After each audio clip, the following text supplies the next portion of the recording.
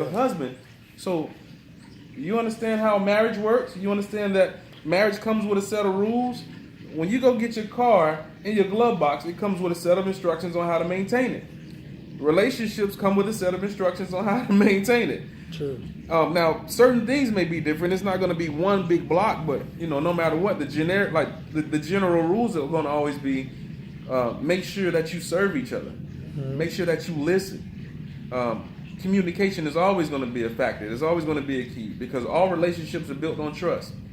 You have a trust account. Once you run out of once your trust account goes for bankrupt, the relationship is gone. True. And sometimes we forget that the purpose of dating is to make sure that when you meet somebody, you give them continuous interviews. And that may be the biggest part is y'all lack knowledge about each other. You didn't understand each other enough. She didn't understand you enough, or she didn't understand your dreams and your goals and your visions enough to say, you know what? He's going to be the head of this household. He's going to be the man. Let me listen to what his dreams and visions and his primary focus is going to be. And if that's something that I want to help him with, then I can be with him because I'm willing to follow that path. Agreed. But sometimes people are getting into the concept of thinking, well, I like him, he cute, or I like her, she pretty, she bad, she got her own money. I want her because on paper she look good. And that's not how it works. Yeah, on paper she look good. Right, on paper, you know how many people look amazing on paper? But then when you come to live with them, it looks bad on film.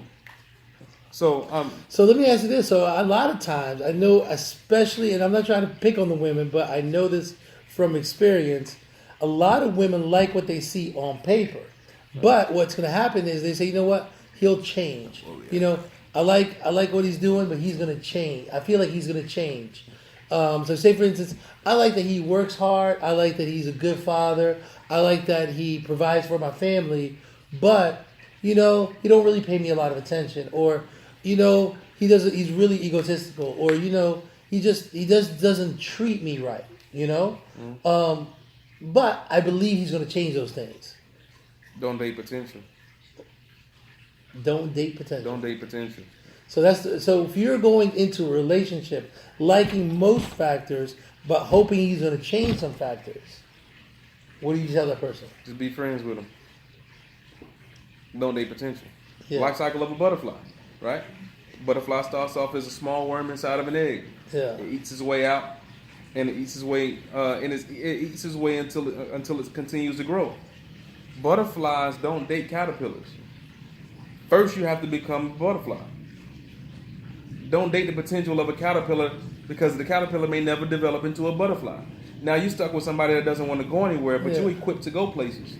Gotcha. So never date butterflies. So butterflies will never date caterpillars. Wait till you fully become functional. Become who you're supposed to be first. Yeah. Then we can date. Like me, I won't date a woman that don't cook. You won't date a woman who won't cook? Nope. See. Because that's for one. That's one of my love languages. One of my love languages is acts of service. Yeah. So if I'm telling you what my love languages are, and you're like, I don't like your love language.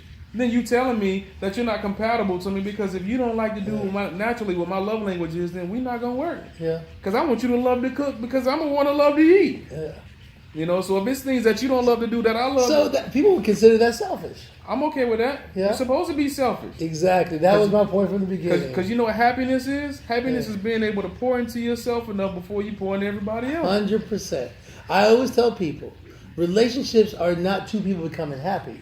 It's two people individually being happy with themselves. Mm-hmm. So you got one happy person choosing to be happy together. Yeah, because you share your happiness. Exactly. It's not my job to make you happy. It's not your job to make me happy. Right. That's how I look at it. So I think Will Smith said that in a video about 2-3 years ago as well. So he's like, it is not my job to make my spouse happy. Right. And it's not her job to make me happy. It is our job to be happy within ourselves. Mm-hmm. And it's my choice to be with you, and it's my choice not to be with you. And whether I'm with you or I'm not with you, I choose to be happy. Right. And those are a lot of the dysfunctional concepts that that I get into discussions with. Yeah. Well, if he don't make me happy, it's not his job. It's your job to make you happy.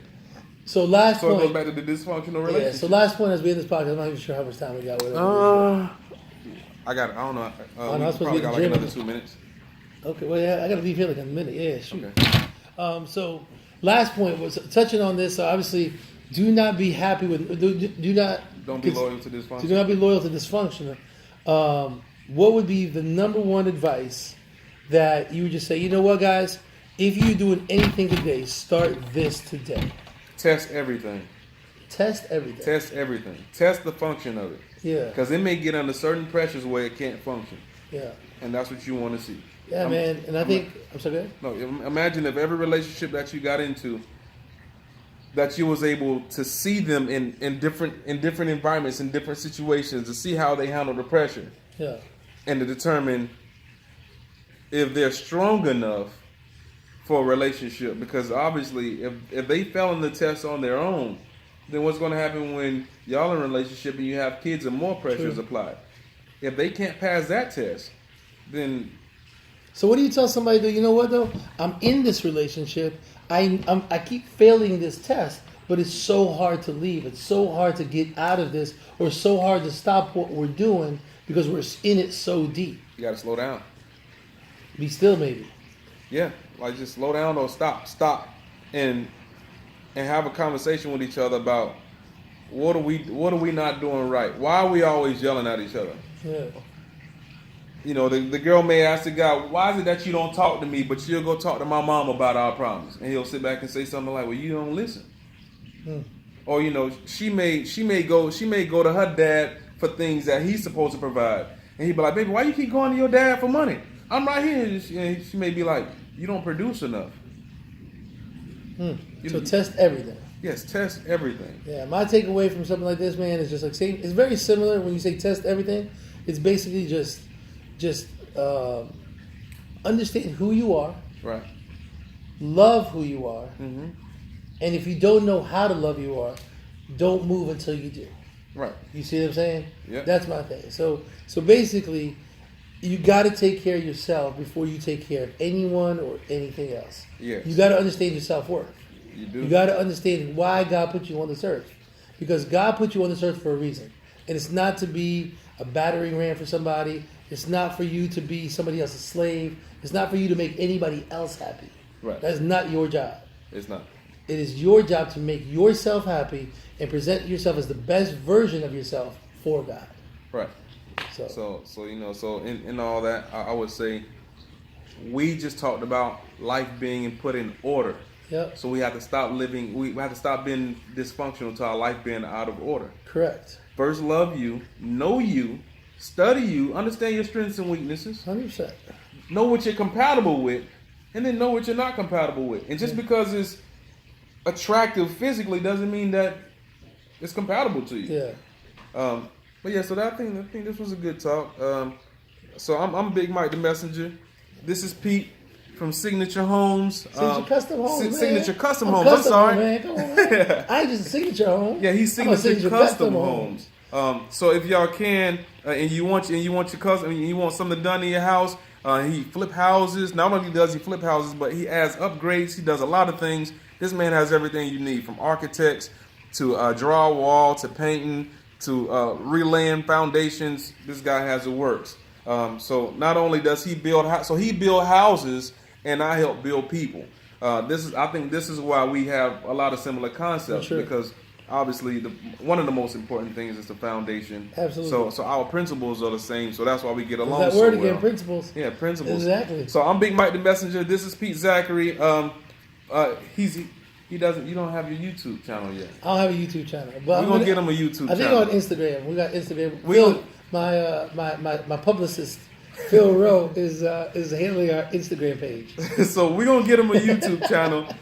Me and Pete, we're gonna start doing more videos. So if y'all like this video, if it helped you out a little bit, please hit like, hit share. I'm only posting this on YouTube. And if you want to share it to Facebook, feel free to do so. I don't have a problem with it. Pete, you're on Facebook also. I am on Facebook. So Pete Zachary is on Facebook, but how do they spell your last name? ZAKHARY. All right, so it's But look up Signature Custom Homes. We're on Facebook as well. So look up. Yeah, and so- don't forget, man, Big Mike the Messenger, man. He's the. You guys need to book him for your speaking engagements. 100%.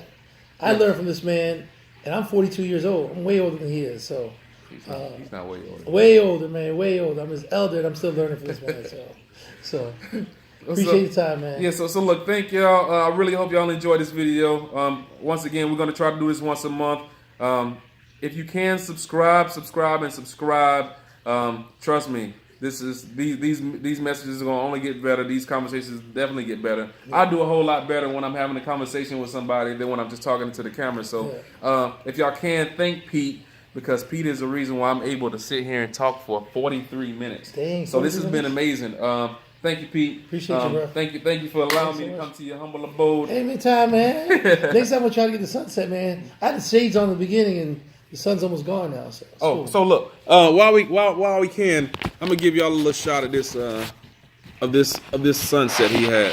His sunset's pretty fly. So all right, I think I'm in the way. Am I in the way? I can't get it. The column might be in the way. Yeah, the column is in the way. All right, so y'all look. This is how Pete rolls. So y'all see that sunset? All right. But I will be catching y'all soon. Love y'all. Take care. Be safe. This is Big Mike the Messenger. We don't follow standards. We set them. Let's build heaven on earth. We'll talk to you soon.